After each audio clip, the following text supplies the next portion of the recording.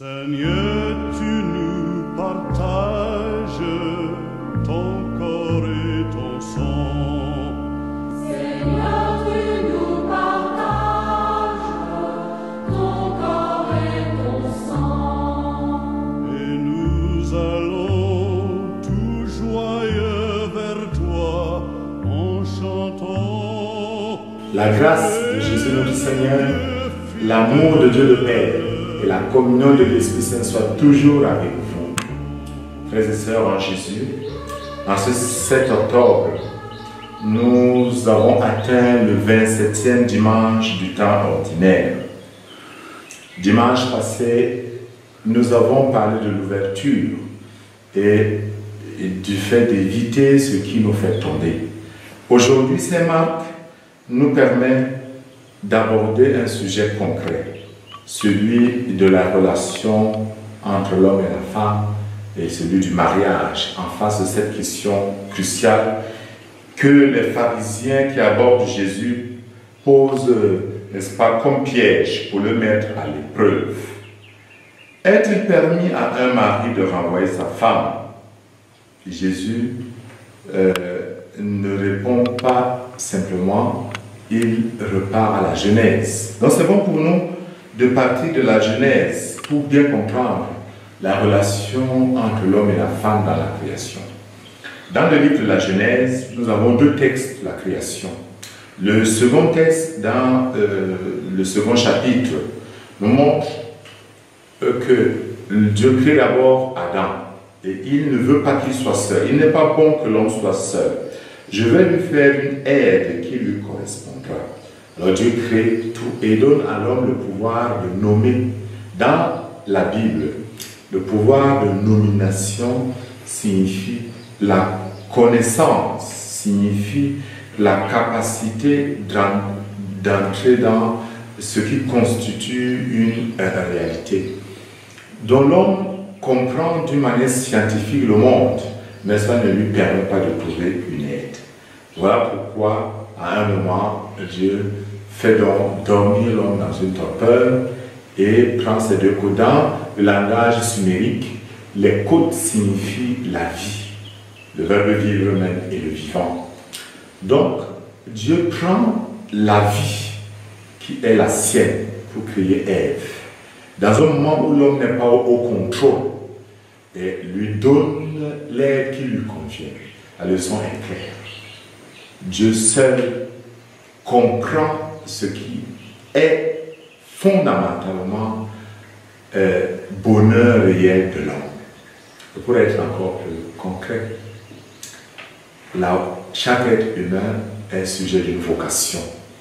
Il ne peut pas s'appeler lui-même, il est appelé à être prêtre, appelé à être religieuse, appelé à se marier. Et c'est Dieu qui lui donne la femme qui lui convient.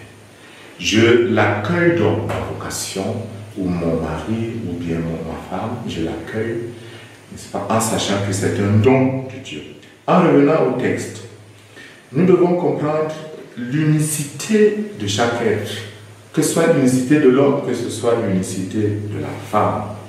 L'homme et la femme ont la même valeur, la même grandeur, la même vie. Entre eux doit s'établir un rapport d'égalité, de dialogue.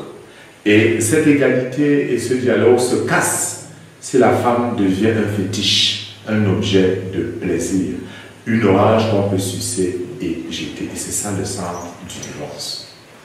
J'ai pris ce qu'il me fallait et maintenant je peux jeter l'orange comme je veux.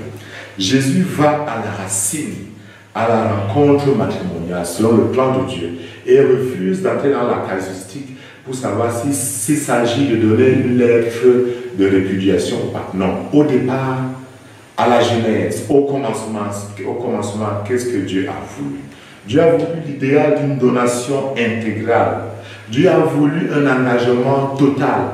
Dieu a voulu un sérieux, un amour authentique.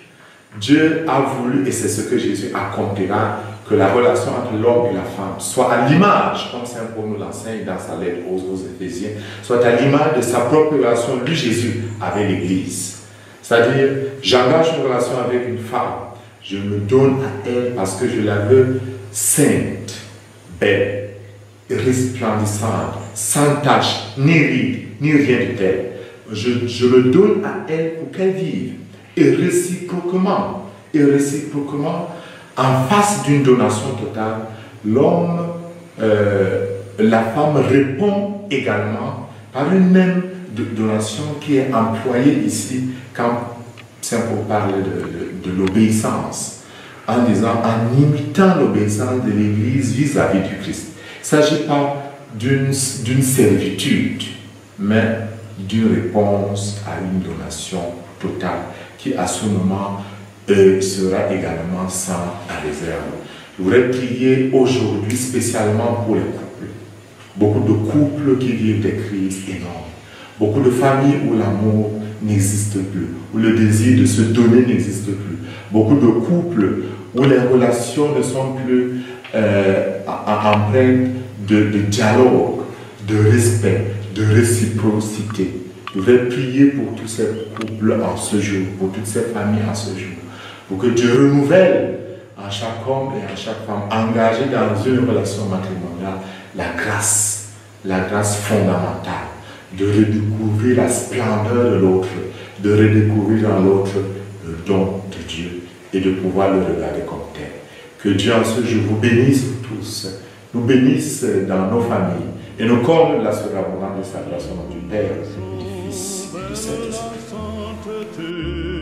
De ton nom, tu es